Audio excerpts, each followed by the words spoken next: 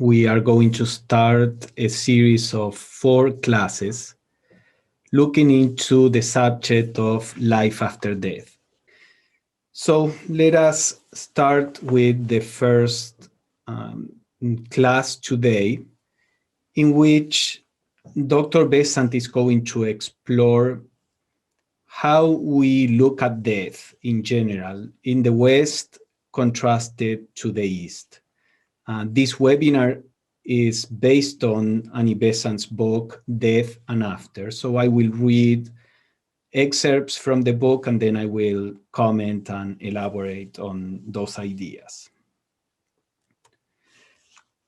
So Annie Besant begins with a story. She says, a Christian missionary in Britain, sitting one evening in the vast hall of a Saxon king, was spoken of life and death and immortality.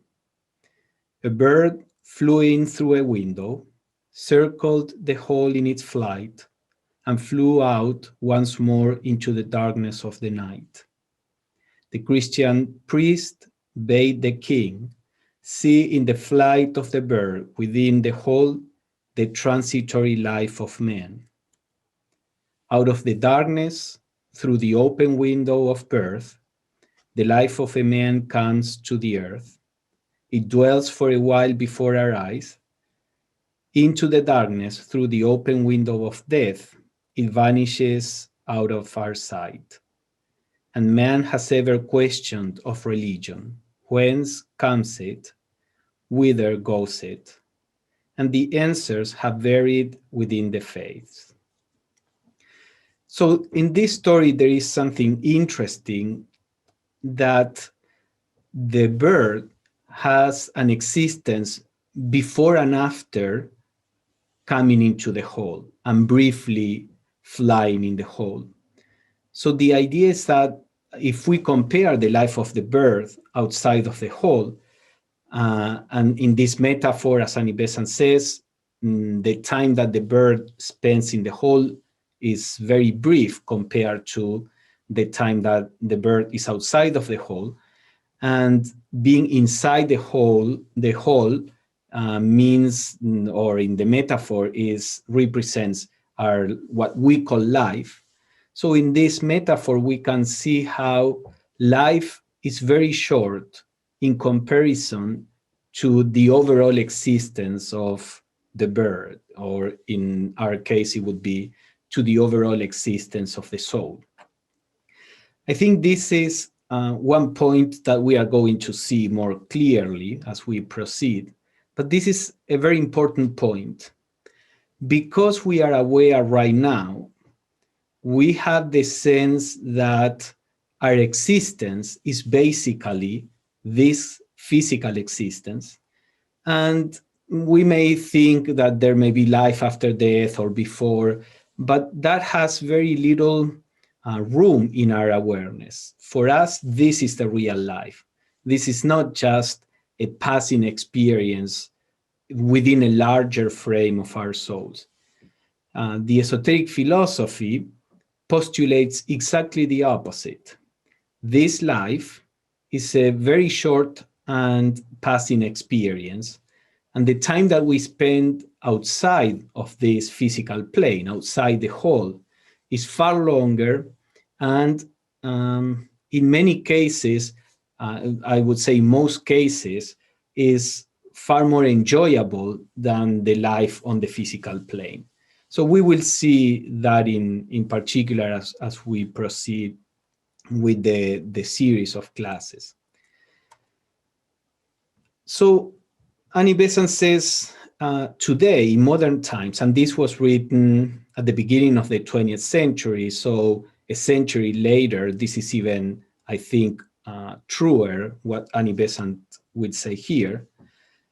She says, today there are more people who question whether man has a spirit to come anywhence or to go anywhither. More people than perhaps in the world's history could ever before have been found at one time. And the very Christians who claim that death's terrors have been abolished have surrounded the bier, and the tomb with more gloom and more dismal funeral pomp than have the votaries of any other creed. So she refers to two groups of people, an increased amount of people who don't believe that we have any spiritual nature, that with the death of the body, there is the death of our existence. And then the Judeo-Christian tradition in the West, and she was, as we are going to see, she's going to focus on how the Western tradition or culture, society takes on this idea of death.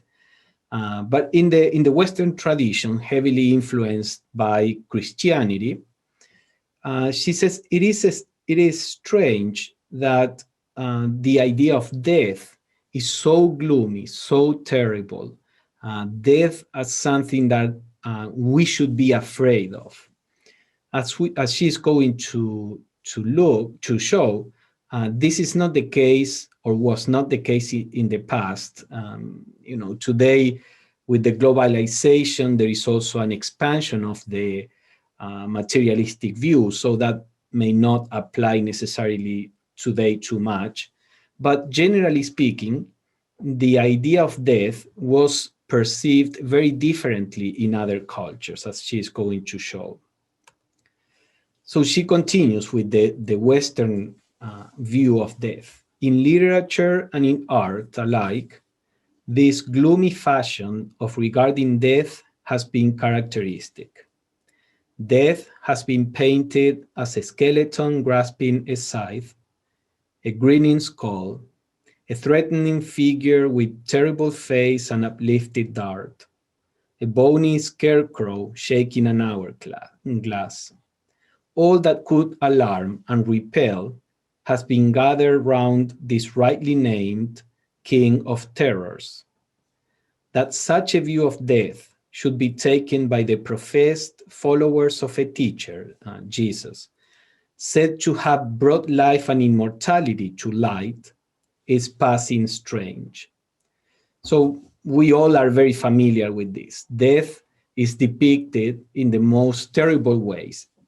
And Besant wonders, why is this the case? Especially in a culture that is based on a religious view in which Jesus defeated death. Death is not anymore what presumably would be just going into the void. Now, because of Jesus' sacrifice, there is immortality for the soul. So death is supposed to lose its terror. And yet, the Western culture has still generated this imagery and these stories and this literature, all instigating a fear of death that is not present or was not present in other cultures. She says, for example, in the stately Egyptian ritual with its Book of the Dead, in which are traced the post-mortem journeys of the soul, this is the cry of the soul of the righteous. Hail to thee, Osiris, Lord of light, dwelling in the mighty abode, in the bosom of the absolute darkness. I come to thee, a purified soul, my two hands are around thee. She continues, this book is wholly composed of the doings and sayings of the disembodied person. This is the final judgment of the victorious soul. The defunct shall be deified among the gods in the lower divine region. He shall never be rejected. He shall drink from the current of the celestial river. His soul shall not be imprisoned, since it is a soul that brings salvation to those near it. The worms shall not devour it. So what Annie Besant is trying to bring is examples of the scripture where death is talked about, and it is talked about with a sense, a positive sense. when the soul is finally reunited with the divine. And she gives more excerpts. We don't have time to go through all the different quotes that she produces. These are just for you to have a sense of what you can find. So in Christianity, if we ask any regular person who says that is Christian, whether Protestant or Catholic, and we ask what can he or she expect after death, there is a very vague idea of what is going to happen after death. There is the typical, idea of, well, we will be there in heaven, playing the harp, or a vague, we will be with God. All of which it's a superficial belief, because if a person that is devoted to the divine thinks that, yes, after death, we will be able to be in the presence of the divine, then the person should be looking forward to death with a sense of hope and the sense of something great that is about to come. And we know that in general, it is the opposite. In other traditions, they worked far more trying to delineate what is going to happen after death.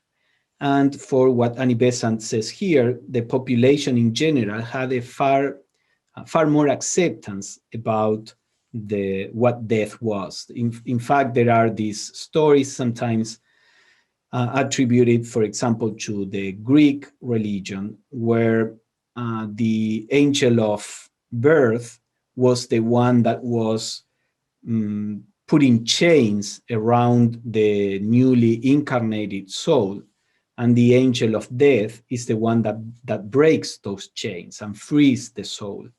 So the angel of death is the one that is seen as a friend of the soul, as opposed to the angel of birth. And then there are these other sayings that a baby, as soon as he or she is born, cries because it's leaving home, the spiritual home. And the baby cries and people around who are ignorant are happy. And then at the end of life, the soul is happy when the soul leaves the body behind, and people around who are ignorant are sad. So you see, this turns around the way that we tend to look at life and death in our current culture. So then she brings another example in China, for example, and again, I don't know how this is in modern times, but this was certainly the case earlier. In China, the immemorial custom of worshiping the souls of ancestors shows how completely the life of man was regarded as extended beyond the tomb. The Shu King, an ancient Chinese classic, is full of allusions to these souls, who, with other spiritual beings, watch over the affairs of the descendants and the welfare of the kingdom. So practical is this Chinese belief that the change that men call death seems to play a very small part in the thoughts and lives of people. So partly what Besant is hinting at here is it that religion, the Western religions, let's say, have failed to help humanity embrace all the different stages of existence, and therefore produce a fear in the population, a fear of death, which evidently accentuates materialism. Because if I fear death, then I cling to my embodied experience. I cling to my material experience. If death is presented as something negative, as something to be feared, as a loss, that means that what we have here right now is the most important thing, is what has value. So you better grab what you have here and take full advantage of this opportunity, because you will lose all of this when you die. So you see, this is actually the opposite message that religion and spirituality is supposed to bring.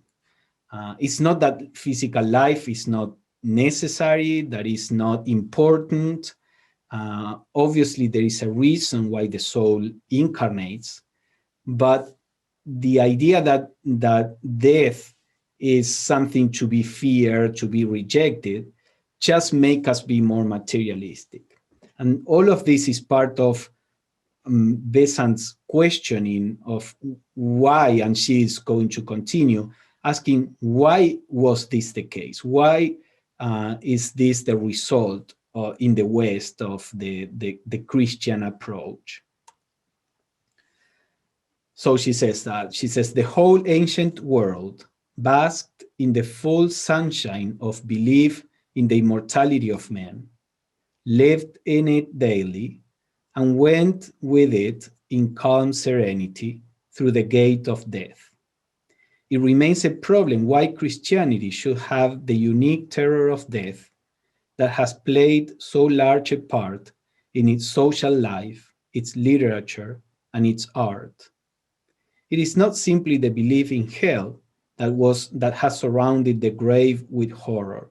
For other religions have had their hells, and yet their followers have not been harassed by this shadowy fear.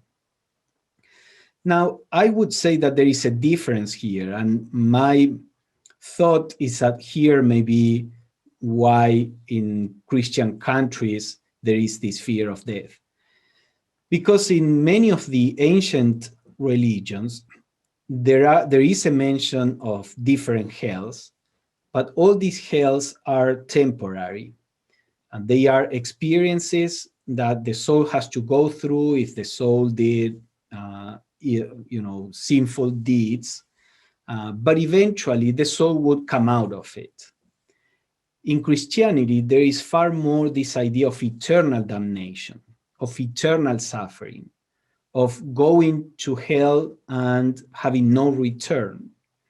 And that is a terrifying thought, that perhaps one may make a mistake or live in a wrong way, and the result of that is suffering for all eternity.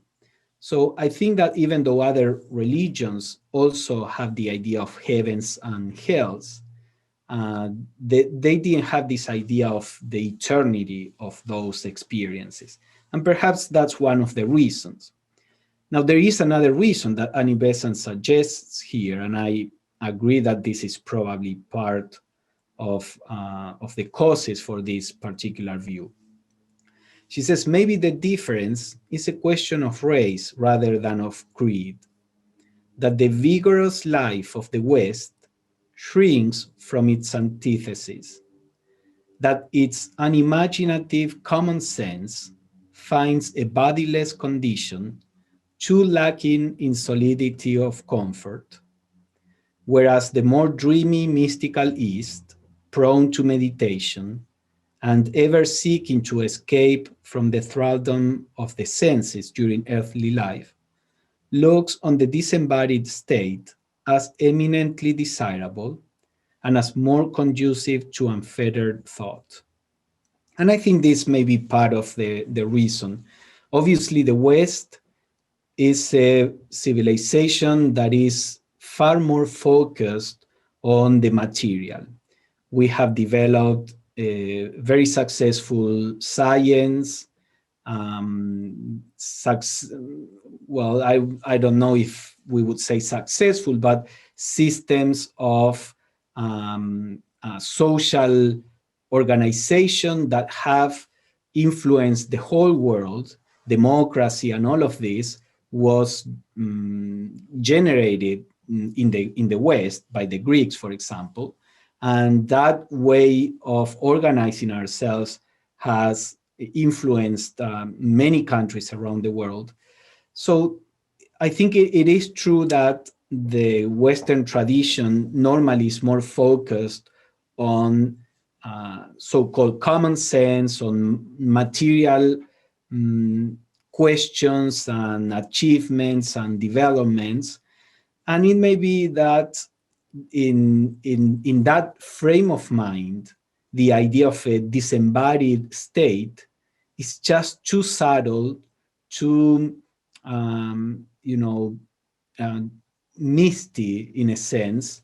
What I said, that people thinking that after death they will be in heaven playing a harp, of course, that's a very simplistic characterization, but it exists in our culture. And I think that is a reflection of what Annie Besant says there, the unimaginative mind, in which people cannot conceive what you would do if you don't have to work and earn your living and earn money and buy things. And so what is there left to do, other than sitting on a cloud with a harp? So I think this is also part of the reason why in the West there is a far more reaction toward death, which we see even in materialistic people who don't believe in hell. So we couldn't say that they are afraid of hell, but because their focus is on the material, they also regard death as a curse, as something that should be avoided at all costs, even if you are um, having a terrible quality of life. It seems in the West that extending life no matter what is the highest value, even if the experience is painful and terrible.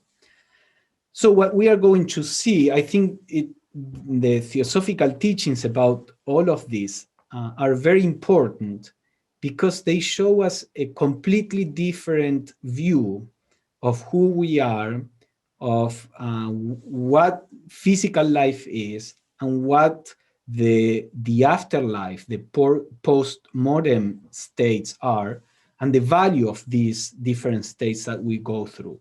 And as we really understand this, and we begin to look at life from this perspective, the fear of death diminishes and disappears. I know many people, older people, who have been studying theosophy for decades, and I have witnessed how free from the fear of death they were up to the moment when they passed.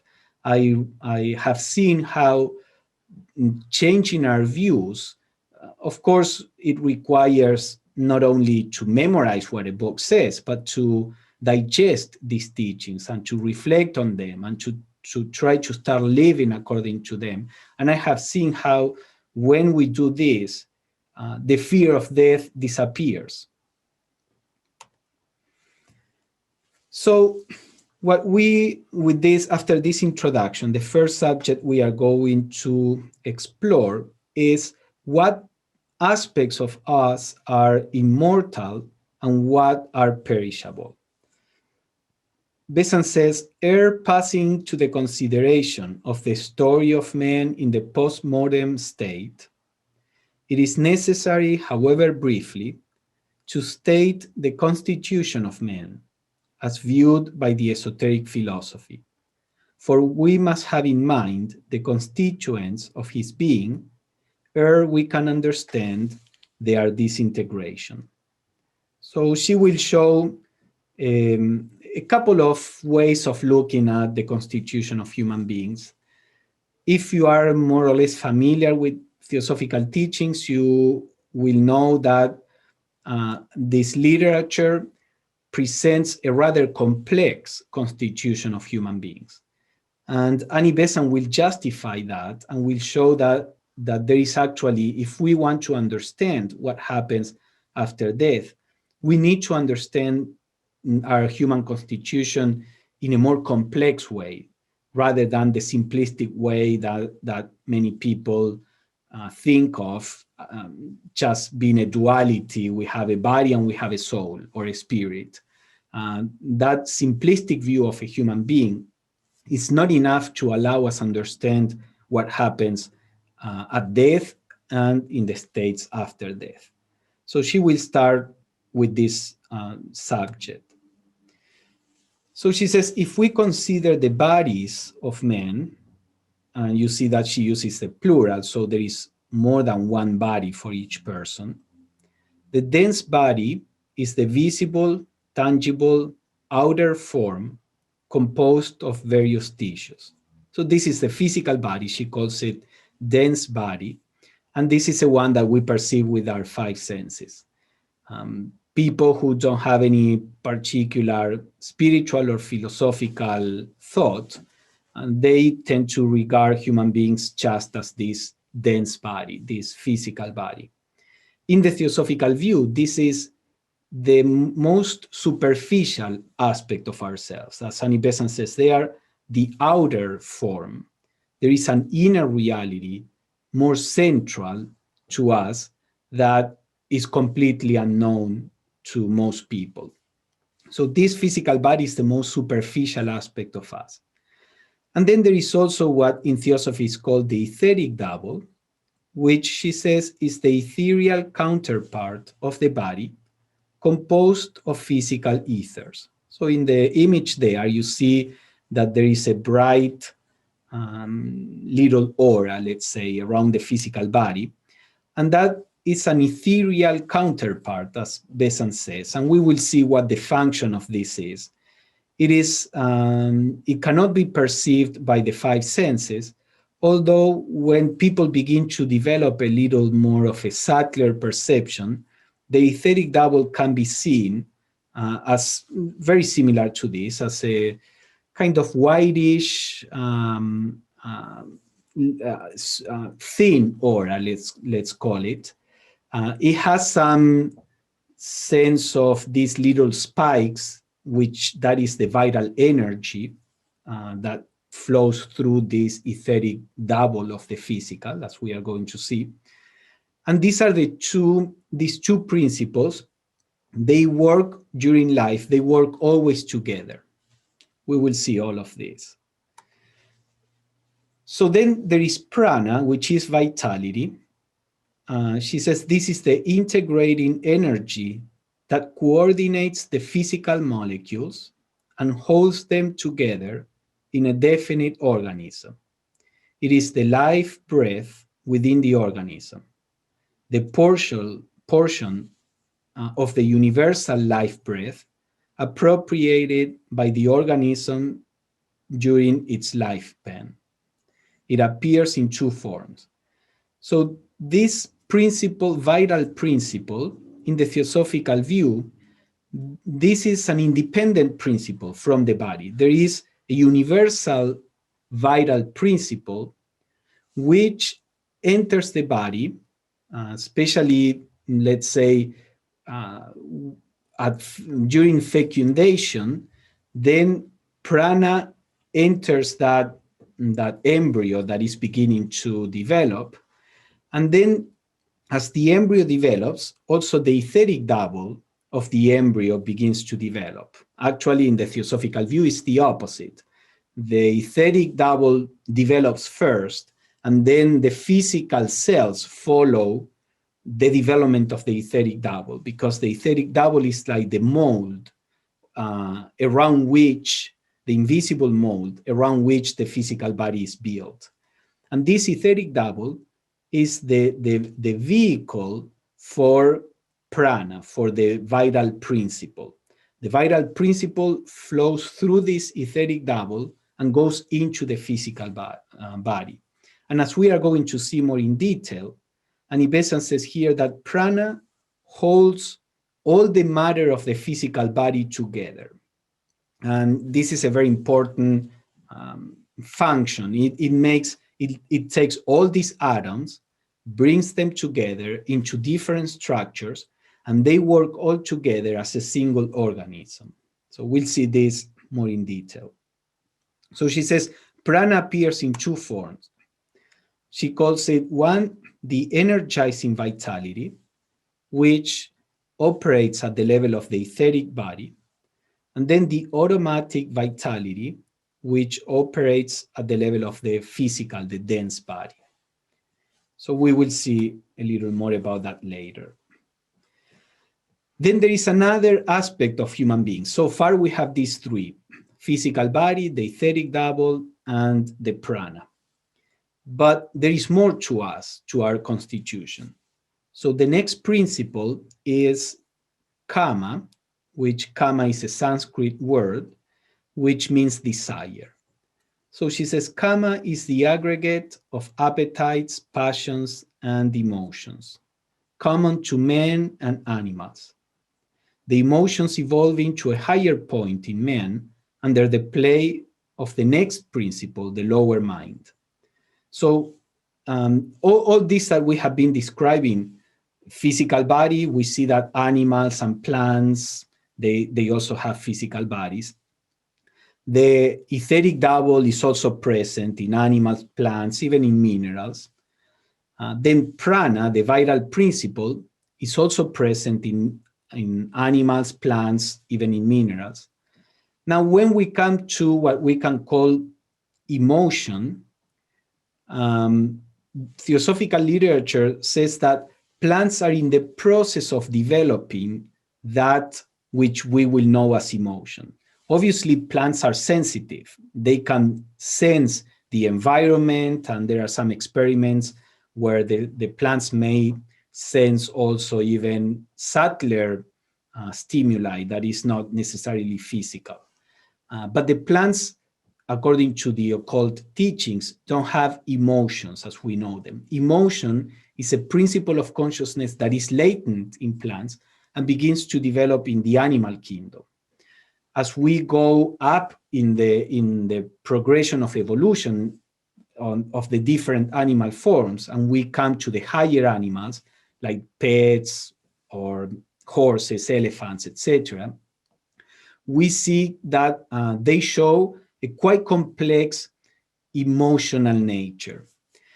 And we human beings also have an emotional nature. Now, animals, just like plants, are beginning to develop an emotional aspect that is fully on its way to mature in the animal kingdom. Animals, the higher animals, begin to develop a seed of mind, which is fully developed during the human kingdom. So when the emotions that are in the animal express themselves through a human being who has also a mind, those emotions become far more complex. We see that an animal, in an animal, even what we may call negative emotions are natural. The animal doesn't have the addition of the mind to be vengeful. The animal will respond to aggression at the moment, and then when the moment is gone, the aggression is gone. Human beings, because we have a mind, we remember, we may want to plot how to take revenge in the future. Animals may feel attraction or repulsion, but they don't generate a sense of attachment or a sense of regret or a resentment. So you see, there are many emotions that are possible only when the mind comes into operation, which are shown in a human being and not necessarily in an animal. But the principle of emotion, in its simpler forms, is present in both kingdoms. So this is part of our being too. Now, the next principle, as Annie Besant says there, is the mind. As we are going to see, there are two aspects of the mind, the lower and a higher, or a mundane and a spiritual. But we won't go into that right now. She says manas is a Sanskrit word that means mind. And she says manas is the thinker in us, the intellect. So we have the three lower principles, we have the emotional aspect, now we have the mental aspect too. And there is more in us. We are more than the mind. Many people may think, for example, philosophers may agree that emotions are part of a constitution of human consciousness and thinking too. Scientists, for the most part, would say emotions and thoughts are not real. in the sense that they are just byproducts of metabolical actions. A philosopher more inclined to metaphysics may accept that emotions and thoughts are realities on their own. But in general, that is the end of what a human being is in the view of modern Western philosophy. The Theosophical tradition says that there is more in us. There is another aspect that is many times mentioned with the Sanskrit word buddhi. As you will see in Theosophical literature, there is quite a number of Sanskrit terms that are appropriated.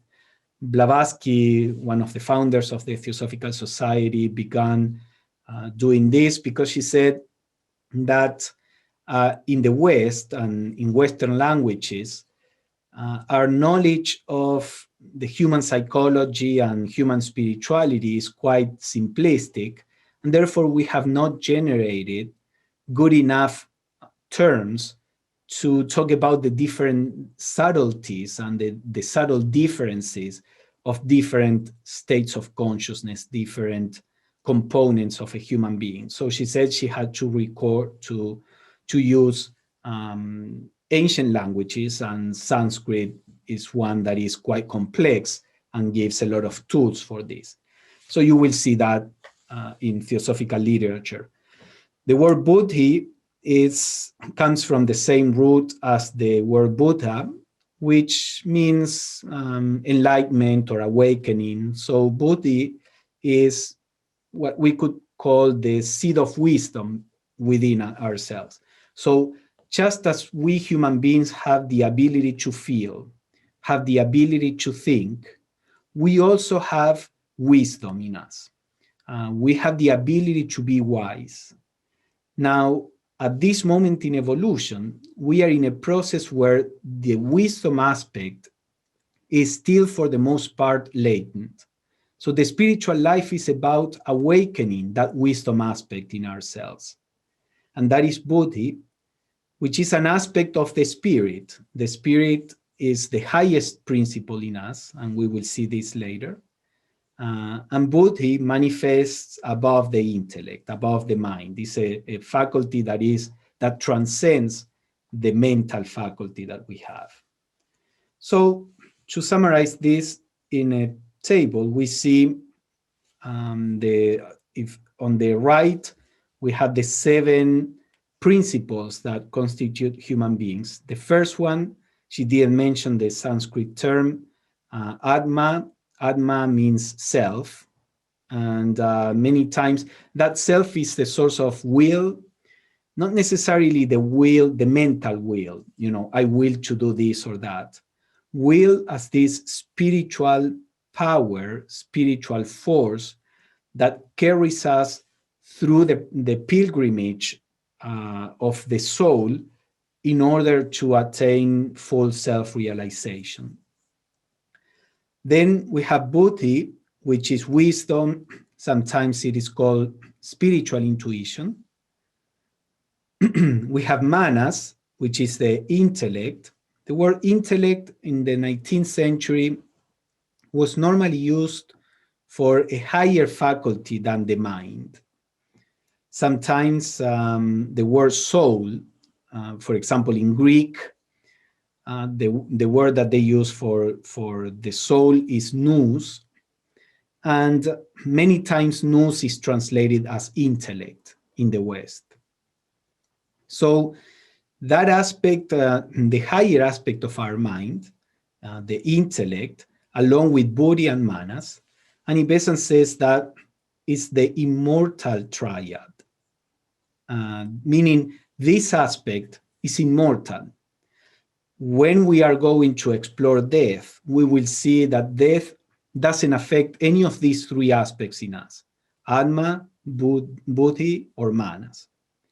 And then we have 4 lower aspects that she calls the perishable quaternary. Quaternary is just 4, 4 aspects, which is the lower manas, our day-to-day mind, kama, desire, as we saw, Then the prana as energizing vitality, which is connected to the etheric double, and then the prana as automatic vitality that is connected to the physical body. Normally in theosophical literature, you won't see these pranas, these two principles. You will see physical body, etheric double, and then karma, etc. But because Annie Besant will focus on life and death, prana is the life principle. So she's going to look specifically to prana, and that's why she is emphasizing the pranic aspect and not so much the bodies, the ethereal and the physical. Normally, it is said that the four lower principles are the personality. Personality means, comes from the Greek, which means mask. So the personality is like a costume that the immortal soul takes on in each incarnation. And as a costume, it's something that is not really the soul. And the personality, what we normally think we are, these thoughts, emotions, memory, feelings, actions, these are, we think this is what we are, is actually, according to theosophical literature, just a play, a character in a play. We are a soul that are far beyond this particular personality. When we incarnate, we take on these characteristics, this particular kind of mind and emotions and physical body, which for a short while, compared to the existence of the soul as a whole, for a short while, we will enact this particular personality with these capacities, with these flaws in this particular environment, because the soul is trying to learn through these characters. So that is the person, and the true individual is this higher nature, that I'm calling in general the soul. We will see that the theosophical literature will talk in more detail about this. In the way that I'm talking right now is like the lower, the quaternary is the more material aspect of ourselves, perishable, and then the higher is that spiritual aspect that I'm calling vaguely the soul. We will see this more in detail, as I said. But that soul, let's say, is the true individuality. This is the true individual. This is what we truly are, forever, immortal. And the persona, the personality, is just a passing role that we enact during this life. So she says that there is a link between the immortal triad, who we really are, our immortal nature, and the perishable quaternary, the passing personality. And that link is the intellect, which is dual during earth life or incarnation, and functions as intellect and mind. So you see, we have in that manas, there are two manas there. The manas as intellect, that sometimes is called higher manas, and then the manas as mind, which is lower manas. So this principle of manas is participating both of the immortal nature and the transitory nature. So Annie Besant continues, the intellect, the higher manas, sends out a ray, which is the mind, which then works in and through the human brain, functioning there as brain consciousness, as the ratiocinating intelligence.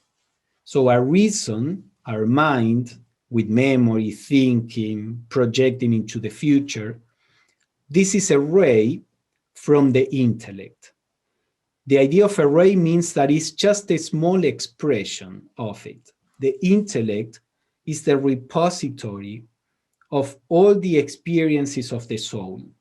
As we are going to see, theosophical literature proposes a process of reincarnation, where the soul comes and enacts different characters, and from each it brings some kind of experience, some kind of knowledge. So the intellect is the repository of our millions of years evolving. But the intellect cannot express its full knowledge through the physical brain. The physical brain is just too limited. So the intellect can only send a ray, and that ray is what we call our mind. In the cases of geniuses in any field of life, the difference is that the intellect can send more light, let's say, into the brain. We are all geniuses at the level of the intellect. The reason why we may not express a genius in a particular field is not because we don't possess it, it's because our bodies are not developed enough to be able to express more of what we really are. And so we will touch a little on that as we proceed in the series. But the point again here is that our true nature, the nature that is immortal, the nature that is far wiser, far more powerful, all of that is not what is manifesting through the physical personality that we identify with. What can be expressed through my personality, through your personality, is just a fraction of what we really are. So then she continues, the mind mingles with desire, the passional nature, the passions and emotions, thus becoming a part of the mind as defined in Western psychology. And so we have the link formed between the higher and lower natures in men, this desire mind belonging to the higher by its intellectual aspect and to the lower by its emotional aspect or element. So in this desire mind, which is our everyday mind, we are tied by the intellectual aspect to the soul, and we are tied by the desire aspect to the lower nature. As this forms the battleground during life, so does it play an important part in post-mortem existence. So here she shows we have three aspects in ourselves. The aspect that is always immortal, the three higher principles in us, will, intuition, intellect. Then we have an aspect that is always mortal, the physical body with its automatic vitality, the etheric double with the energizing vitality, and the desire. This is always mortal, no matter what. But there is an aspect in us that is conditionally immortal, the desire mind, meaning part of ourselves as mind. We said that in the Theosophical view, our true nature is the soul. Now, most people identify themselves with their minds and bodies. I am this mind, I am this body. A part of me will die no matter what. The body will die. And it's irretrievably mortal. But there is a part of me, my mind/emotions, that may be mortal or may be immortal. So if you ask, do I survive after death? Well, it depends who you think you are. If you think you are your body, no, you don't survive after death. If you think you are your lower emotions and desires and attachments and all of that, then you don't survive death, because all those things are going to be dissolved, as we will see. Now, if you identify yourself with your higher aspirations, with your longings for love and union and being helpful, etc., that is the aspect of your mind that survives. So if that's what you feel, who do you feel you are? Do you feel you are a spiritual entity which is struggling with the lower nature, and sometimes we may go along with the lower nature and do things that are not right, but you identify with that higher aspect that is trying to find out what is life all about, what are we supposed to be? If you identify with that higher aspect, then yes, you will survive death.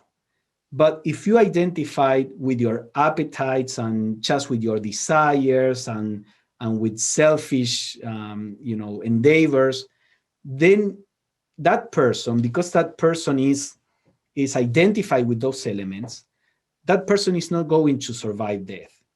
Of course, the soul of the person will, because the soul of the person is always immortal. But the sense of I am in that person was not I am the soul, or not even I am the intellect, not in the sense that we use it now, but intellect as this higher aspect that is trying to perceive reality. So since that person was not identified with that, and the sense of I-ness was connected to desires and all of this, all of that will be dissolved. So we will see this. This is just, a general um, presentation of what the Theosophical teachings propose, and then we will see it in detail and the justification for this and the importance of this, the impact of this in our daily life. So Annie Besant continues and says, some Christian writers have adopted a classification similar to this, declaring spirit to be inherently immortal, as being divine, soul to be conditionally immortal, that is capable of winning immortality by uniting itself with spirit, and body to be inherently mortal. St. Paul talked about these three principles: spirit, soul, and body. And you see in the Gospels that Jesus says, be careful with those things that may kill the soul. So the soul per se is not immortal. There are things that can kill the soul, or the soul can be doomed to hell, etc., etc. So evidently the soul has either the possibility of dying or the possibility of becoming immortal.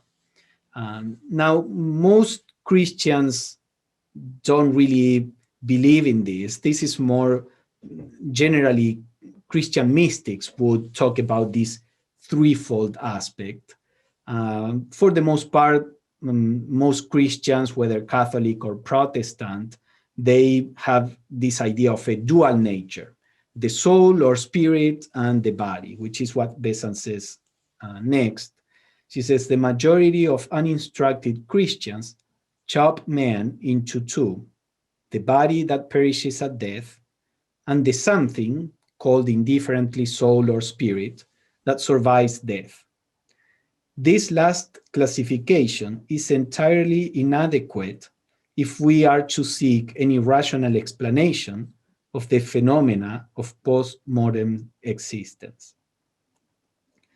The tripartite view, the one that is an aspect that is immortal, one that is conditionally immortal, and one that is mortal. This tripartite view of man's nature gives a more reasonable representation of his constitution, but still is inadequate to explain many phenomena. The septenary division alone gives a reasonable theory consistent with the facts we have to deal with, and therefore, though it may seem elaborate, the student will do wisely to make himself familiar with it. So this is sometimes people, when they come in touch with theosophical teachings and they find this complex human constitution, sometimes they feel either that why is it necessary to make it so difficult or so complex? And the reality, as Annie Besant says here, is that it all depends on how clearly you want to understand what happens with a human being, not only after we die, but also in the process of evolution, the process of reincarnation, the action of karma. If you want to understand these things in a clearer way, then you have to zoom in and you have to look in more detail on the different aspects that constitute what we are. If you want to have a more general and vaguer understanding, then simpler presentations are enough. This is always the case in any discipline in life. Simpler, general presentations are more easily grasped, and they may become more popular because more people can understand them. But their power of explanation, the power to explain phenomena, is far more limited than presentations which are more complex. So we will keep in mind the sevenfold constitution and keep repeating it. So as we go through this class, we can understand in more detail what are the different phenomena that happen as we die. So Annie Besant says, in the long run, time is gained as well as clearness by learning a few necessary technical terms, and as clearness is above all things needed in trying to explain and to understand very complicated postmodern phenomena, I find myself compelled to resort to these technical names at the outset.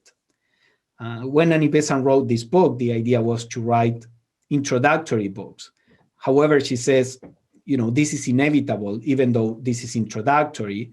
The idea is that it's introductory, but it has a depth. It's not general and vague. So necessarily, we have to deal with this particular constitution. So this is the foundation for this series. What we are going to do in our next class, we will see what happens in the process of death to the three lower principles: the physical body, the etheric double, and prana in its two modes. And that's what we'll start with death, so that then we can move on to the activity after death.